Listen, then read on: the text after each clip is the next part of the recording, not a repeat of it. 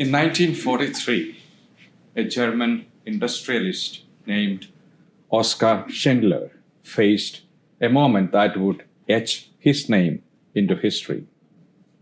Initially motivated by profit, he employed Jewish workers in his factory to exploit cheap labor.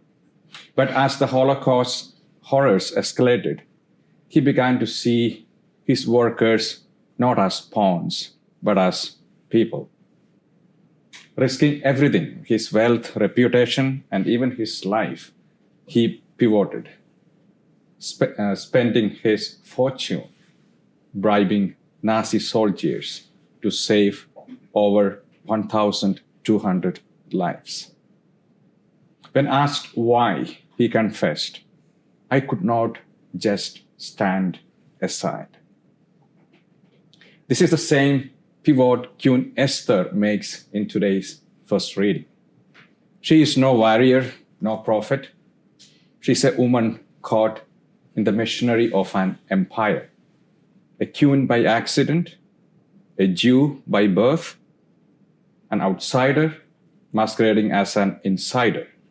And then, the moment of crisis, her people face extermination, and she could not stay silent, safe in the palace, or she could risk it all. She prays. That's a prayer we heard today in the gospel, in the first reading. But notice her prayer. It isn't a sincere, a serene meditation. It is raw. It is urgent and terrifying. "I am alone, Lord. Save us. I am afraid."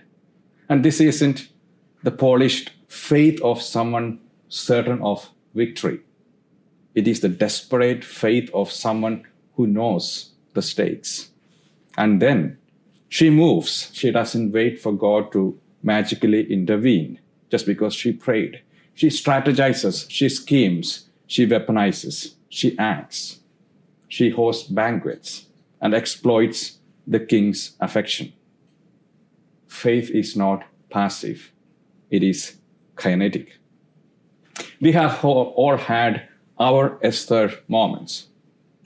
Ever rehearsed a tough conversation in the shower, but only to clam up in the moment? Ever spent minutes pacing outside your boss' office to ask for a raise or for a week of holiday time and end up knocking anyway?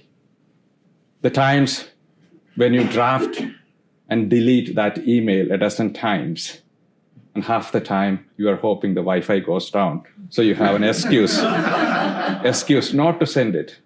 But finally, you end up sending it anyway. The moments when fear and courage coexist in the same breath, and you choose to step forward anyway. Esther's story is not just about prayer. It is about what prayer fuels. Take Jonas Salk, the scientist who developed the polio vaccine. He spent years in his lab praying, yes, but also testing, failing, persisting through over 20,000 samples before finding success. And when he said, "Hope lies in dreams," and of course, in working for it, Esther would have nodded in agreement. Divine partnership means showing up with both hands, one clasped in prayer, the other drafting a blueprint. And faith and action, they are dance partners, and sometimes one has to drag the other onto the dance floor. Esther was a Jew in a Persian court, an unlikely bridge between two worlds. What is your Persian court? Maybe it is a corporate boardroom where you can advocate for fairness.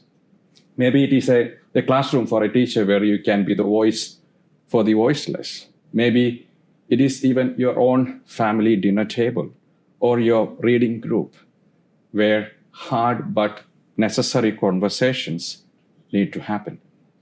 Wherever you are placed with a purpose. And if you think, who am I to make a difference? Well, that's exactly the kind of person God seems to favor. Ever felt like you don't belong? I don't deserve a seat at this table? Esther felt that way too. But God has a habit of hiding heroes in plain sight, of putting prophets in palaces, whistleblowers in offices, protectors in factories, of choosing unqualified, the uncertain, and the underdogs. And if you are scared, good. That means you are exactly where you need to be.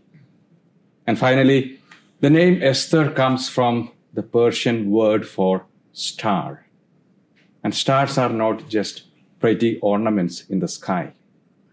They are furnaces, burning themselves to bring light into the darkness. And sometimes they explode into supernovas, changing everything around them. So here is your challenge. Find your moment and place. Be a star. Be Esther.